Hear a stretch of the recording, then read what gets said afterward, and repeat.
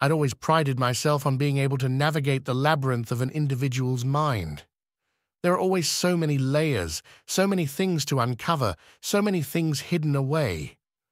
I became a psychologist because of how I loved to peel back those layers, bringing the darkness into the light and bringing my patients the peace they so longed for. When Elizabeth Thompson walked into my office, I could tell there would be so much to unravel, and almost felt excited to take on the challenge of helping this girl who looked so fragile and small in the chair across from me. I don't know where I went wrong. Our sessions began innocuously enough. Elizabeth was quiet and shy. She would sink into the chair so deeply that at times I thought it might swallow her whole.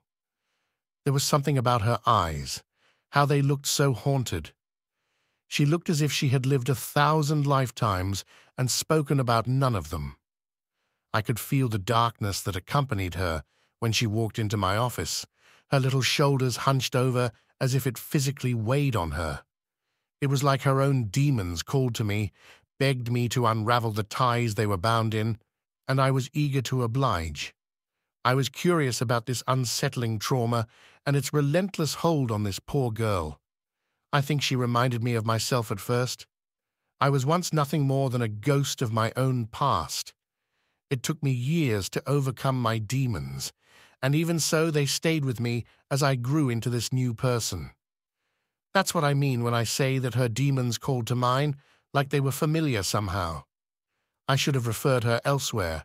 I shouldn't have let my own morbid curiosities dictate how I handled her as a client. Perhaps in some way, I can at least take some solace in having taken away some of the burden she carried. But even now, as I rot away in this room, I know I cannot take the weight off my own shoulders. I must carry it to the end. If you're reading this, I am Dr. Sarah Morgan, and this is all I have to leave behind. I took on a patient and unraveled her until I became the patient myself. They won't tell me what became of Elizabeth, so I can only hope that when I took on these demons, they left her to live her life. It started subtly, as things like this often do. Dreams of vivid images of shadowy figures lurking in the corners of my mind, whispering indiscernible words that sent shivers down my spine and woke me in such a violent fit that I couldn't go back to sleep.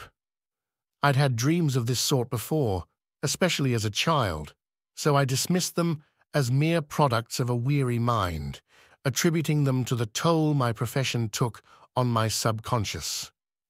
I didn't connect them to her, Elizabeth, but as the dreams grew more frequent and in tandem with our sessions, I couldn't shake the idea that maybe it had something to do with her. Even then, I thought it only because she reminded me so much of my younger self. They became even more frequent the more she spoke in our sessions, and I stopped sleeping altogether. She was all I could focus on, all I could hear, and our sessions consumed me. The lines between my personal and professional life began to blur, and I found myself increasingly preoccupied with Elizabeth's dark past.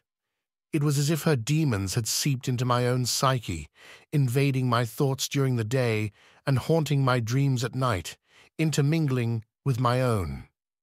I'm sure it sounds rather worrisome that I didn't end the sessions sooner, and that the weariness of my own mind was taking a toll on my ability to provide the care she needed. It would become so intertwined with my reality that there were days I was sitting in my office at home, and then suddenly sitting in my office at work, looking into Elizabeth's deep brown eyes as she poured her heart out. She spoke of the malevolence of these beings that tormented her, leaving her unable to sleep or eat or do anything she wanted. I pried for details on these beings. I had wanted to know what they looked like and how they kept her trapped within herself. She recoiled, I remember. She pulled back so sharply that it felt as if the room was lighter.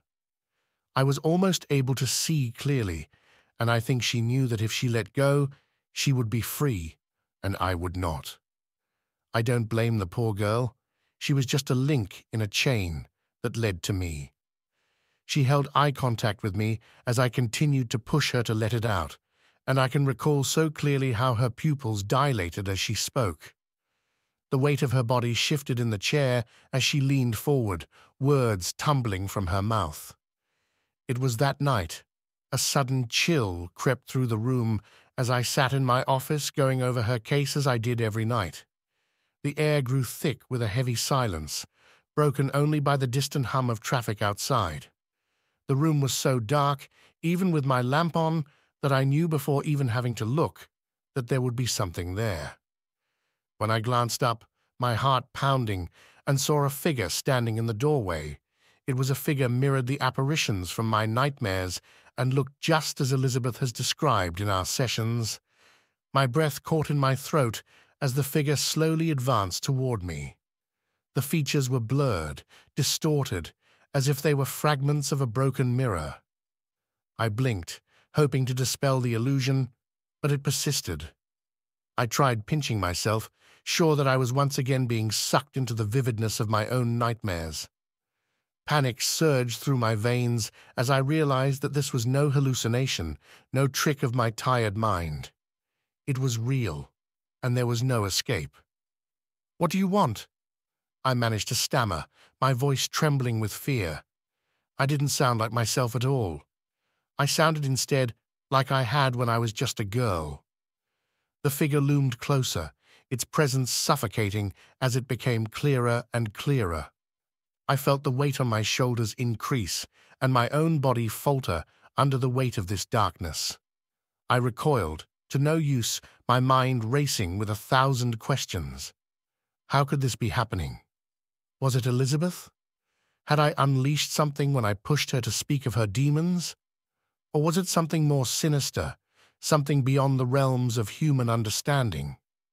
I even went so far as to question if it could be me, if I had fallen back into the realm that had once paralyzed me as a child.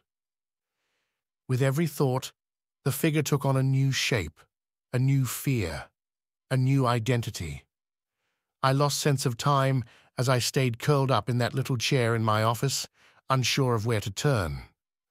Ever so often, an alarm would go off in the background to remind me of an upcoming appointment with my client, but I was never able to leave. Elizabeth never called in all those days, never seemed to wonder why our sessions stopped so suddenly. I watched in silence as the figure took hold of my house in all its many forms. It burrowed into my mind, searching for my fears and exposing them. I pushed back when I could, trying to shake it from my mind, trying to push myself up from the chair in which I was wasting away in. It wasn't until it had finally reached my most dreaded nightmare that I was left running through the streets of my neighborhood. I don't recall running, just as I don't recall the attack I launched on the man who tried to help me as I screamed. All I remember is the figure of my father as he lumbered around the corner and towards the chair where I sat. That unleashed a terror so deep that my body revolted against it, leading me to break free from that room. That is all I can remember, and now I sit in another room, one that I can't break free from. The doctor comes, asking about the darkness. He implores from every angle in a bid for me to tell him what it is that holds me hostage. He asks how I cannot remember my own unraveling. I tell him nothing, not even when the darkness itches beneath my skin, begging to be spread. He tells me about Elizabeth that she never was.